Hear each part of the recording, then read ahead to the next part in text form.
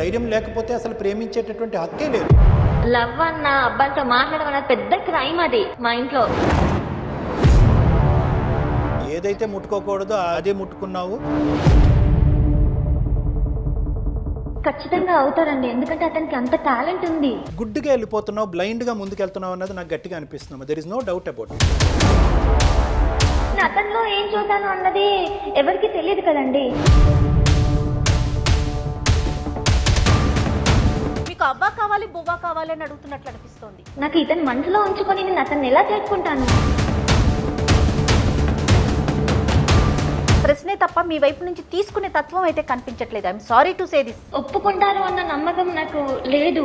Don't think about the climax. Suman TV presents అందమైన జీవితానికి స్వాగతం.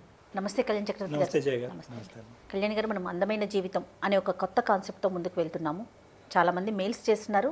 వాళ్ళ ఫోన్ నెంబర్కి మనం కాల్ చేసి వాళ్ళ ప్రాబ్లమ్ని కనుక్కొని దానికి తగిన విధంగా ఒక పరిష్కార మార్గాన్ని సూచిస్తున్నాం మనం. సో అందులో భాగంగా డైరెక్ట్గా నేను కాన్సెప్ట్లోకి వెళ్ళిపోతున్నానండి. మానస అని ఒక అమ్మాయి అండి, నల్గొండ నుంచి మనకి ఒక మెయిల్ పెట్టింది.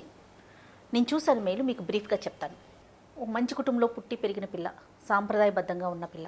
ఎలాగంటే పిల్లని చదివించేటప్పుడు కానీ కాలేజీకి పంపించినప్పుడు కానీ మొత్తం ఆడపిల్లలే ఉండే విధంగా, కో ఎడ్యుకేషన్ లేకుండా కొంచెం కట్టుదిట్టంగా పెంచారని అనుకోవచ్చేమో. తన మెయిల్ని బట్టి నాకు అట్లా అర్థమైంది.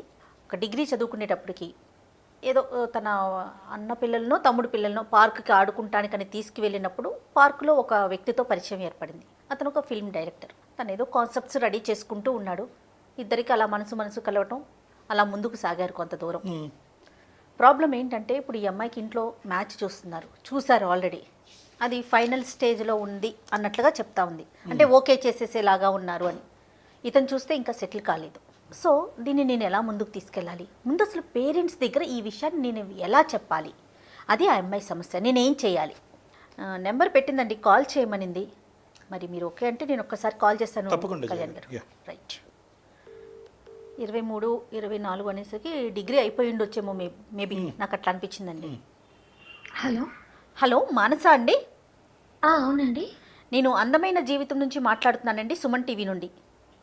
నమస్తే అండి. నమస్తే మానస డాక్టర్ గారికి ఇస్తున్నాను, ఒక్కసారి క్లియర్గా చెప్పండి. ఓకే అండి. రైట్.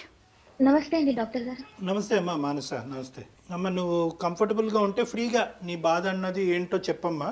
దానికి మనం ఏమన్నా తగిన పరిష్కారం చెప్పే ప్రయత్నం చేద్దాం. చెప్పండి అమ్మా. నేను ఒక అబ్బాయిని ప్రేమించానండి. ఆ అబ్బాయి ఫిల్మ్ డైరెక్టర్ అవ్వాలని తన అంబిషన్. నేను ఆ అబ్బాయిని ఒక గత 3 years గా ప్రేమిస్తూనే ఉన్నాను. 3 years గా మేము డీప్ లవ్ లో ఉన్నాము. నీ ఏజ్ ఎంతమ్మా ఇప్పుడు మానస? లవ్ స్టార్ట్ అప్పుడా అండి? కదమ్మా, ఇప్పుడు నీ వయసు ఎంత? ఇప్పుడు నేను 24 అండి. 24 అంటే 21 నుంచి ప్రేమిస్తున్నారు మీరు అతన్ని? 21 నుంచి అండి. అంతకు ముందు కూడా పరిచయం ఉందమ్మా? లేదండి, he's complete stranger to me. నేను ఆ అబ్బాయిని ప్రేమిస్తున్నందువల్ల మా ఇంట్లో వాళ్ళు ఎన్ని సంబంధాలు తెచ్చినా క్యాన్సిల్ చేసుకుంటూ వచ్చాను. మా ఇంట్లో ఎలా అంటే, అమ్మాయి అంటే ఎన్ని రిస్ట్రిక్షన్స్ ఉన్నాయి అంటే, అబ్బాయిని అసలు చూడకూడదు. చిన్నప్పటి నుంచి నాది గర్ల్స్ కాలేజ్, గర్ల్స్ స్కూల్, బయటికి కూడా వెళ్ళనిచ్చేవారు కాదండి. కానీ అనుకోకుండా ఇతనితో పరిచయం అయ్యి ఇతనితో లవ్ ఇట్స్ హ్యాపెండ్ అండి. కానీ ఇప్పుడు ఇతన్ని నేను మర్చిపోలేను. కానీ ఇప్పుడు ఇంట్లో ఏంటి అని అంటే, ఒక మంచి సంబంధం వచ్చింది, NRI సంబంధం. కానీ ఈ సంబంధం, ఈ మ్యాచ్ రిజెక్ట్ చేయడానికి నా దగ్గర ఆప్షన్ లేకుండా పోయిందండి. ఎందుకంటే ఈ 3 years నుంచి నేను ప్రతి ఒక్క మ్యాచ్ ని రిజెక్ట్ చేస్తూ వచ్చాను. బట్ ఈ మ్యాచ్ అనేది రిజెక్ట్ చేయలేకపోతున్నాను. అంటే వాళ్ళు ఫిక్స్ అయిపోయారు. ఇంకా ఈ అబ్బాయిని మర్చిపోలేను. అతనితో డిస్కస్ చేశారా మానస మీరు ఈ విషయాన్ని? చేశానండి. అతన్ని వచ్చి మాట్లాడమని కూడా చెప్పాను. బట్ అతను ఏమంటున్నాడు అంటే, నాకు ఒక అంబిషన్ ఉంది, అది అయ్యాక నేను వచ్చి మాట్లాడితే బాగుంటుంది. ఇప్పుడు నేను ఏం చేయకుండా వచ్చి మీ అమ్మాయిని పెళ్లి చేసుకుంటా అంటే ఎవరు ఒప్పుకోరు కదా, ఎలా మాట్లాడమంటావని చెప్పి అని అడుగుతున్నారు. 3 years పాటు జరిగినటువంటి మీ జర్నీలో ఏదో ఒక ప్రత్యేకంగా మన సాంప్రదాయంలో ఉండేటటువంటి ఒక ఆడపిల్లకి ఒక టైం లైన్ అన్నది డిసైడ్ చేసుకోవాలి కదమ్మా. అంటే ఇప్పుడు అతను డైరెక్టర్ పూర్తిగా అవ్వటానికో, లేదంటే ఫుల్ ఫ్లెడ్జ్డ్గా అతను సాటిస్ఫై అయ్యేటటువంటి డైరెక్టర్ అవ్వటానికో ఇంకొక 15 సంవత్సరాలు పట్టచ్చు అనుకుందాం. అంటే 15 సంవత్సరాల వరకు అతను నేను పెళ్లి చేసుకోడా? 15 సంవత్సరాల వరకు నీకు వచ్చేటటువంటి సంబంధాలను అన్నింటినీ కూడా ఇలా కొట్టి పారేస్తూ దొంగచాటున ఈ విధంగా నడుచుకోవటం ఒకటేనా దారి? ఇది ఎప్పుడన్నా మీరు డిస్కస్ చేశారా? టైం లైన్ ఏంటి? ఒక 6 ఇయర్సా, 5 ఇయర్సా, ఏదో ఒక టైం లైన్ మాట్లాడుకుని ఉంటారు కదా ఈ 3 ఇయర్స్ ప్రేమాయణాలు. ఇప్పుడు సక్సెస్ అనేది టైం బట్టి ఈ టైంలో వస్తుంది అని మనం ఎలా చెప్పగలుగుతాం? చెప్పలేం. కానీ ఇప్పుడు ఇక్కడ ఏంటంటే ముడిపడినటువంటి అంశం, బహుశా అతను ఇప్పుడు పెళ్లి చేసుకున్నా ఇంకో 15 సంవత్సరాల తర్వాత పెళ్లి చేసుకున్నా కూడా పెద్ద సమస్య కాదేమో. కానీ నీ జీవితంలో ఆ ఈక్వేషన్ లేనప్పుడు మీరు ఎప్పుడైనా కూడా అతనికి ఒక బౌండరీ గీసారా? ఎంతకాలం నేను వెయిట్ చేయాలి, ఎంతకాలం లోపల నీకు సక్సెస్ వస్తుంది, రానటువంటి పక్షంలో నేను నా తల్లిదండ్రులకు ఏమని చెప్పాలి అనేటటువంటి బౌండరీలను గీసారా మీరు? అతను కూడా నేను కూడా అతన్ని మంచి ఫిలిం డైరెక్టర్ గా చూడాలని నా కోరిక కూడా కదండి, అది బలంగా ఏర్పడింది. సో నేను ఈ టైం వరకు అని చెప్పి నేను ఒక బౌండరీ గీయలేను కదండి. కాదు, అతని అంబిషన్ తెలుసు, అతని గోల్ తెలుసు, అతని వ్యక్తిత్వం తెలుసు. ఇవన్నీ తెలిసాక కూడా నేను అతనికి ఇలా బౌండరీ లైన్ గీస్తూ ఒక్క ఉండలేను నిమిషం కదండి. మానస, ఒకటి వినండి. మీరు బౌండరీ గీయలేరు, మీరు ఒక మంచి డైరెక్టర్ని ఊహించుకుంటున్నారు, కానీ వయస్సు ఆగుతుందా? తల్లిదండ్రులు ఊరుకుంటారా? తల్లిదండ్రులు ఊరుకొని ఉంచుకోగలుగుతారా ఆడపిల్లని ఇంట్లో? వాళ్ళకంటూ ఒక టైం ఉంటుంది కదా. మరి వాళ్ళ వైపు నుంచి ఇప్పుడు ఇంత సాంప్రదాయమైన కుటుంబం నుంచి వచ్చారు, మిమ్మల్ని చదివించిందే girls school and girls college అని చెప్తున్నారు కదా. ఒక వ్యక్తిని మీరు ప్రేమించేశారు, అతనికి ఒక బౌండరీ లేదంటున్నారు, ఎప్పుడు సక్సెస్ అవుతుందో తెలియదని మీరే చెప్తున్నారు. మరి దీన్ని అసలు ఏ విధంగా మీరు అర్థం చేసుకుంటున్నారు? ఎప్పుడు అవుతుంది అని చెప్పలేను, కానీ ఖచ్చితంగా అవుతారండి. ఎందుకంటే అతనికి అంత టాలెంట్ ఉంది. ఇక్కడ చాలా వరకు నువ్వు యూనిలాటరల్గానే ఆలోచిస్తున్నావు. తల్లిదండ్రులు పెంచినటువంటి విధానాన్ని, మీ సాంప్రదాయాన్ని, మీ పద్ధతుల్ని ఇప్పుడు నువ్వేంటంటే సింపుల్గా ఏం ఆలోచిస్తున్నావు అంటే కనుక ఒక సంబంధం వచ్చింది, ఆ సంబంధం వదులుకోలేనటువంటి పరిస్థితి, అదేవిధంగా నేను ప్రేమించినటువంటి వ్యక్తిని కూడా వదులుకోలేనటువంటి ఒక్క అంశాన్ని యూనిలాటరల్గా ఆలోచిస్తున్నావు. కానీ ఈ బ్రేకింగ్ న్యూస్ మీ తల్లిదండ్రుల ముందు ఎలా బ్రేక్ చేస్తావు అనేటటువంటి అంశాన్ని ఆలోచించట్లేదు. ఈ న్యూస్ మీ తల్లిదండ్రులకు బ్రేక్ చేసిన తర్వాత వాళ్ళు మానసికంగా ఏమవుతారు అనేటటువంటి అంశాన్ని నువ్వు ఆలోచించలేదు. ఇవన్నీ ఆలోచించకుండా నువ్వు ఇంకా అతని అంబిషన్ గురించి ఎక్కువ ఆలోచిస్తున్నట్టు నాకు అనిపిస్తుంది. I'm sorry. లేదండి, అలా లేదు. నాకు ఆ సంబంధం ఇష్టం లేదు. నాకు ఇతను మనసులో ఉంచుకొని నేను అతన్ని ఎలా చేసుకుంటాను? కరెక్టే మానస. మరి అలాంటప్పుడు అతని వైపు నుంచి అయినా రెడీగా ఉందా? ఇప్పుడు మీ ఇద్దరి విషయంలో మీరు ఒక్కరే రెడీగా ఉన్నారు, అటు పేరెంట్స్ లేరు, ఇటు ఆ అబ్బాయి కూడా రెడీగా లేరు కదా. ఎన్ని సంవత్సరాలు వెయిట్ చేయగలుగుతారు? అబ్బాయి రెడీగా ఉన్నారు అంటే అబ్బాయికి ఒక కొంచెం ఈ సెటిల్ అయ్యి ఉంటేనే కదా తను రెడీ అయ్యేది. నేను సెటిల్ అవ్వకుండా ఎలా చేసుకోవాలి, ఏమని అడగాలి మీ ఇంట్లో అని ఒక క్వశ్చన్ మార్క్ అతంది. నాకేమనిపిస్తుందో చెప్పనా? ఒక్కసారి మీకు అవ్వా కావాలి బువ్వా కావాలి అని అడుగుతున్నట్లు అనిపిస్తోంది. అయితే మీరేమి ఎక్స్పెక్ట్ చేస్తున్నారు ఒక్కసారి చెప్పండి. ఏంటంటే ఇప్పుడు మా ఇంట్లో మాట్లాడే ఆ ధైర్యం నాకు రావాలి. నేను ఎలా అడగాలి ఇంట్లో? ఎందుకంటే ఇన్ని డేస్ రిజెక్ట్ చేస్తూ వచ్చాను, చెప్పలేని పరిస్థితి. నేను అలాంటి పరిస్థితులలో నేను ఒక అబ్బాయిని ప్రేమించిన, ఒక అబ్బాయితో జీవితాంతం ఉంటాను అని అంటే వాళ్ళు ఎలా రిసీవ్ చేసుకుంటారు అన్నది కూడా నాకు అర్థం అవ్వట్లేదు. మంచి మాట అమ్మా, మంచి మాట.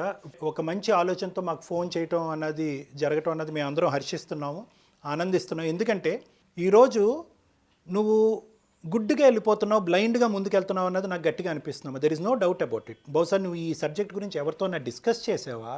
ఇలా ఉంది నా పరిస్థితి అనేటటువంటిది ఎవరన్నా పెద్దలతో మాట్లాడేవా? అంటే ఈ పెళ్ళి ఒప్పుకుంటారా ఒప్పుకోరా అనేటటువంటి అంశం గురించి కాదు.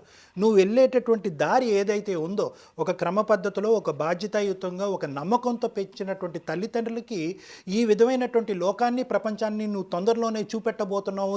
తద్వారా వాళ్ళు ఎలా రియాక్ట్ అవ్వబోతున్నారు, ఎప్పటికైనా ఇంకొక 4-5 సంవత్సరాల తర్వాత అయినా కూడా మీ తల్లిదండ్రులని నువ్వు ఒప్పించేటటువంటి పరిస్థితి ఉందా లేదా అన్నది ఎవరో ఒక పెద్దలతో మాట్లాడాలి కదమ్మా. నువ్వు ఎవరో ఒకరితో మాట్లాడాలి. నీ ప్రేమ నిజమే, నీ ప్రేమ వాస్తవమే, నీది నమ్మకమైనటువంటి ప్రేమే, నిస్వార్థమైనటువంటి ప్రేమే, ఎదురుగా ఉండేటటువంటి ప్రేమికుడి యొక్క ఎదుగుదల కోరుకుంటూ ముందుకెళ్ళేటటువంటి ప్రేమే కాదనట్లేదు.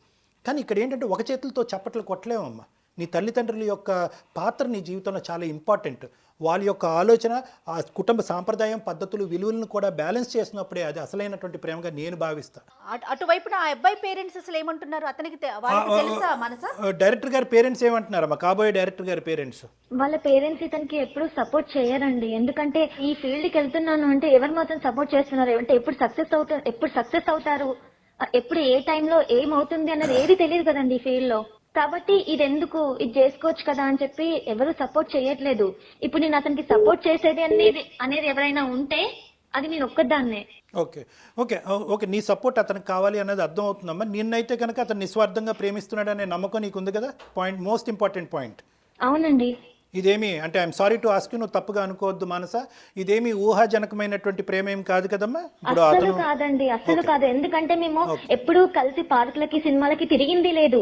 డైలీ ఒక 5-10 మినిట్స్ తప్పితే వెరీ గుడ్ ఇంకా మేము కలుసుకోము, మాట్లాడుకోలేము. ఒక 5-10 మినిట్స్ అంతే. What would happen to you, the worst come situation గురించి ఒక్కసారి ఆలోచించుకుందాం. చాలా సంబంధాలు నో నో అని చెప్పావు. ఈ రోజు కాకపోతే రేపైనా కూడా మీ తల్లిదండ్రులు ఖచ్చితంగా ఒక నిజమన్నది తెలుస్తుంది. నీ మనసులో ఎవరో ఒకరు ఉన్నారన్నది ఇది పసిగట్టడం, పక్కన ఎవరినో పెట్టుకుని అతన్ని దాగుడు మూతలు ఆడటం అన్నది కష్టం. ఈ రోజు కాకపోతే రేపన్నది తెలుస్తుంది.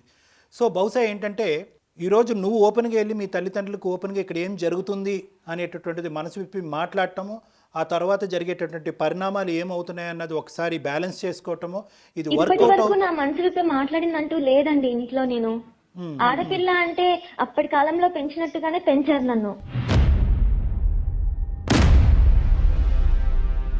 ఎక్కడికి పంపించరు. నాకు ఇది ఇష్టము అని కూడా చెప్పలేను నేను.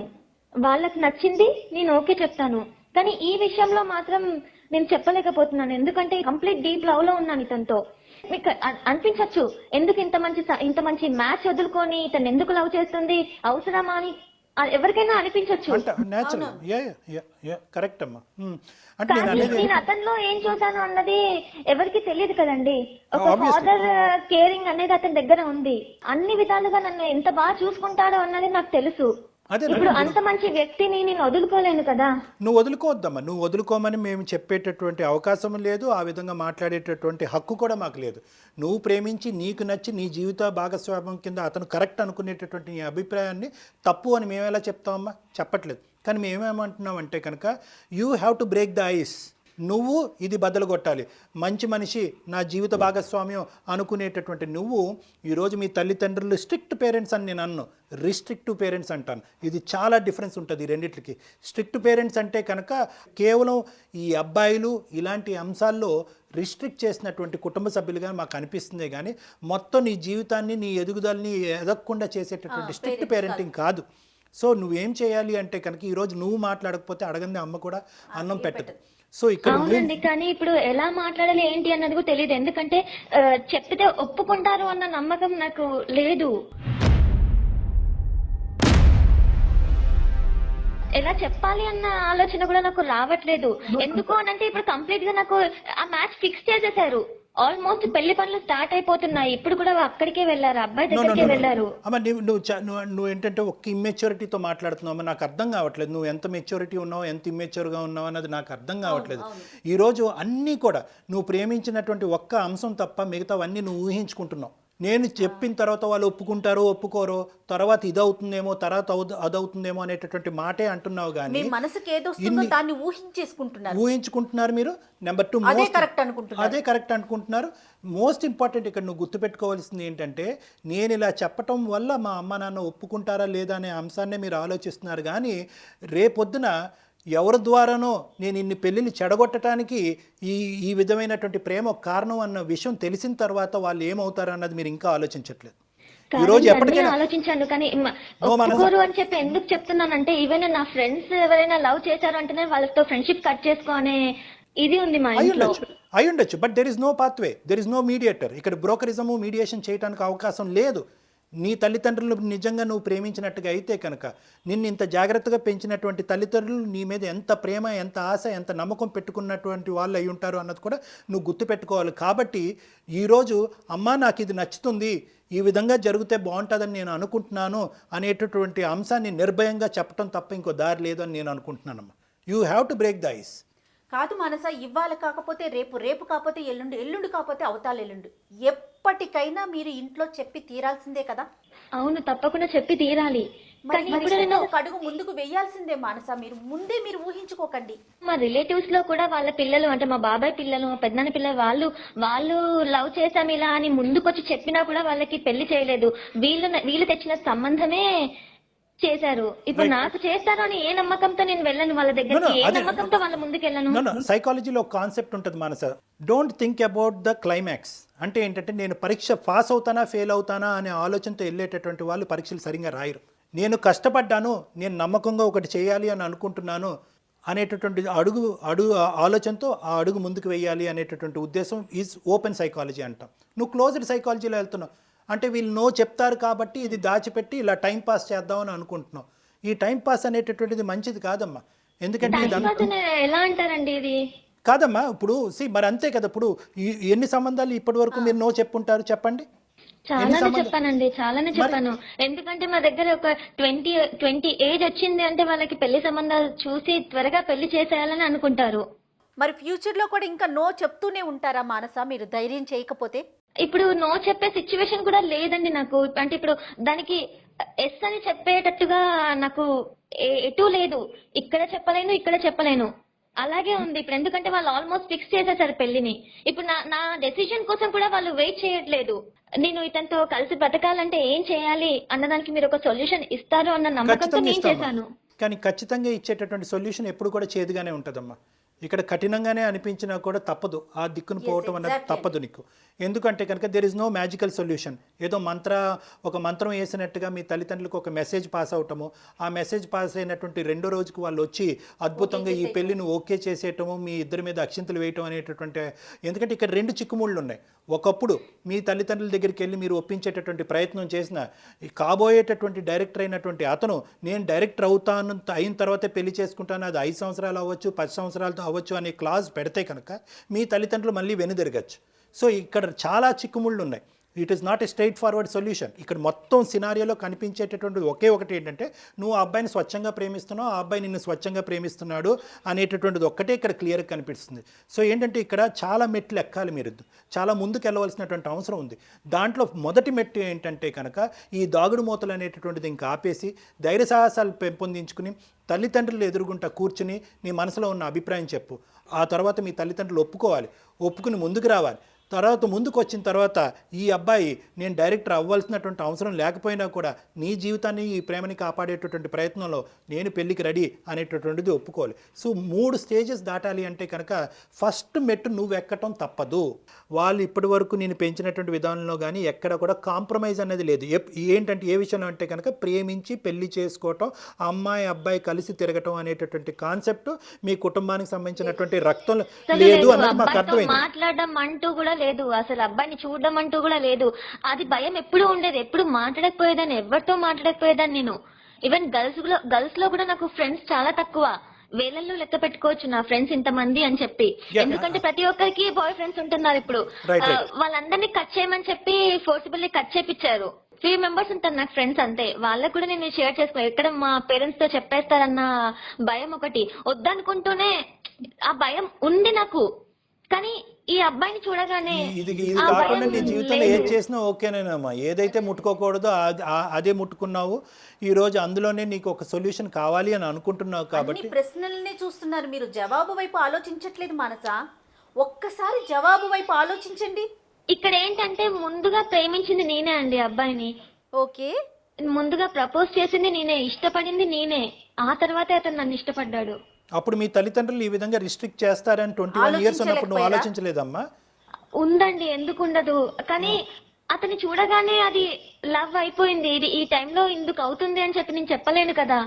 అతని మీద ఇష్టం ఏర్పడింది ఆ టైంలో. అమ్మాయిలు దిగుతారు, తర్వాత సంగతి తర్వాత చూసుకుందాం అనుకుంటారు. తర్వాత సంగతి వచ్చేటప్పటికి ఇటు చెప్తానికి ధైర్యము లేదు, అందుకని ముందడుగు వేయటానికి అటువైపున అవకాశము లేదు. అసలు అవకాశం లేదండి. ఎందుకంటే చెప్పేసాను, ఒక సొల్యూషన్ కావాలి అంటే మీరు సొల్యూషన్ తీసుకునే విధంగా ఉండాలి. మీరు ప్రతిదీ ప్రశ్నే తప్ప మీ వైపు నుంచి తీసుకునే తత్వం అయితే కనిపించట్లేదు. I'm sorry to say this. అలా అయితే అనకండి. No you have to make an attempt అమ్మ. Step in to the door అంటాం. లైఫ్లో నీకు అతి పెద్ద పరీక్ష ఇదే అనుకో. ఆ అమ్మాయి ఆ అబ్బాయి ఆ ప్రేమ ఆ జీవితాన్ని తప్ప నేను ఇంకో జీవితాన్ని ఇంకో మగవాడితో నేను ఊహించుకోలేను అని చెప్పటం ద్వారా మీ తల్లిదండ్రులను ఎంతవరకు ఒప్పించగలరో ఒకసారి ట్రై చేయండి మానస. నా మాట వినండి. నువ్వు నీ ధైర్యాన్ని పెంచుకోవాలి, ముందుకెళ్ళాలి, వాళ్ళకి ఒక విషయాన్ని చెప్పాలి. లేదు అంటే కనుక అసలు ప్రేమే కాదమ్మా. ధైర్యం లేకపోతే అసలు ప్రేమించేటటువంటి హక్కే లేదు. అప్పుడు ఏదో చూశానండి, కళ్ళు కలిసినాయండి, ప్రేమ మొదలైందండి, తర్వాత తల్లిదండ్రులకి చెప్పుకునేది తర్వాత సంగతి తర్వాత చూసుకుందాం అని చెప్పి 3 సంవత్సరాలు మనం టైం పాస్ చేసినట్టేనమ్మా ఇదంతా కూడా. సో నా ఉద్దేశం ఏంటంటే కనుక ఈ రోజు పార్కులకి సినిమాలకి తిరిగితే టైం పాస్ చేసినట్టు ఆ టైం పాస్ కాదమ్మా. అంతే. అమ్మ నువ్వు తప్పుగా అర్థం చేసుకున్నావు అమ్మ, తప్పుగా అర్థం చేసుకున్నావు. అంటే తల్లిదండ్రులకి దాచిపెట్టి టైం పాస్ చేయటం అనేటటువంటి అంశం అంటున్నాను. మీరేదో ఎంటర్టైన్ అయ్యారు, భార్యాభర్తల్లాగా వ్యవహరించారు పెళ్లికి ముందే అని నేను అనట్లే. అబ్బాయితో మాట్లాడితేనే ఒప్పుకొని మా ఇంట్లో ఈ అబ్బాయిని ప్రేమించాను అని చెప్పి ధైర్యం ఎలా చేయాలండి? అదే ఇప్పుడు అది ఒక్కటే దారి కదా కనిపిస్తుంది. ఒకవేళ మీరు మా పేరెంట్స్ సిచ్యువేషన్ లో ఉన్నారు అనుకోండి, మా పేరెంట్స్ ప్లేస్ లోనే మీరు ఉన్నారు అనుకోండి, ఒక మంచి సంబంధం వచ్చింది, ఇప్పుడు మీరు ఇది చేసుకోమంటారా అది చేసుకోమంటారా ఒకసారి చెప్పండి మీరు. మీ ఇంట్లో జరిగేటటువంటి అంశాలు మా ఇంట్లో జరిగేటటువంటి అంశాలు ఇండివిజువలిస్టిక్గా ఎక్స్క్లూజివ్. ఈరోజు నేను సింపుల్గా నేను అనొచ్చు, నేను ఒకప్పుడు అదే పరిస్థితి వస్తే కనుక నేనేం చేస్తాను అని నువ్వు అడుగుతున్నావు. ఒకప్పుడు బ్రాడ్ మైండెడ్గా ఉండేటటువంటి ఫాదర్ ఉంటే కనుక ఏం చేస్తారు అంటే కనుక ఆ సిచ్యువేషన్ అసెస్ చేసి ముందుకు పంపిస్తారు. ప్రేమించేటటువంటి వ్యక్తిని పెళ్లి చేసుకోమ్మా అని చెప్పి ముందుకు పంపిస్తారు. మీ ఫాదర్ యొక్క మైండ్ సెట్ ఎంత బ్రాడ్గా ఉందన్నది మేము ఇక్కడ కూర్చొని అసెస్ చేయలేం కదమ్మా. లేదండి, అంత బ్రాడ్ గా లేదు. లవ్ అన్న అబ్బాయిలతో మాట్లాడడం అన్నది పెద్ద క్రైమ్ అది మా ఇంట్లో. ఈవెన్ మా మరి నీ ప్రేమను త్యాగం చేయడానికి నువ్వు రెడీగానే ఉన్నావమ్మా? ఓకే, అటువైపు అస్సలు లేదు. నా ప్రేమ నేను త్యాగం చేసుకోవాలని నేను అతను మర్చిపోయి కూడా ఉండలేనండి. ఇంకొక ప్రశ్న అమ్మా, ఒకప్పుడు మీ తల్లిదండ్రులకి చెప్పిన తర్వాత తల్లిదండ్రులు ఒప్పుకోలేదే అనుకో, నీ ప్రేమను అంగీకరించలేదు అనుకో, వాట్ విల్ యూ డూ? ఇప్పుడు ఇతను చేసుకున్నా కూడా ఇతను డైరెక్టర్ అయ్యేంత వరకు నేను చదువుకున్నా కాబట్టి నాకు జాబ్ చేసే కెపాసిటీ ఉంది. కొద్ది రోజుల వరకు నేను చేసుకోగలుగుతాను. అతను ఖచ్చితంగా అవుతాడన్న నమ్మకం కూడా ఉంది.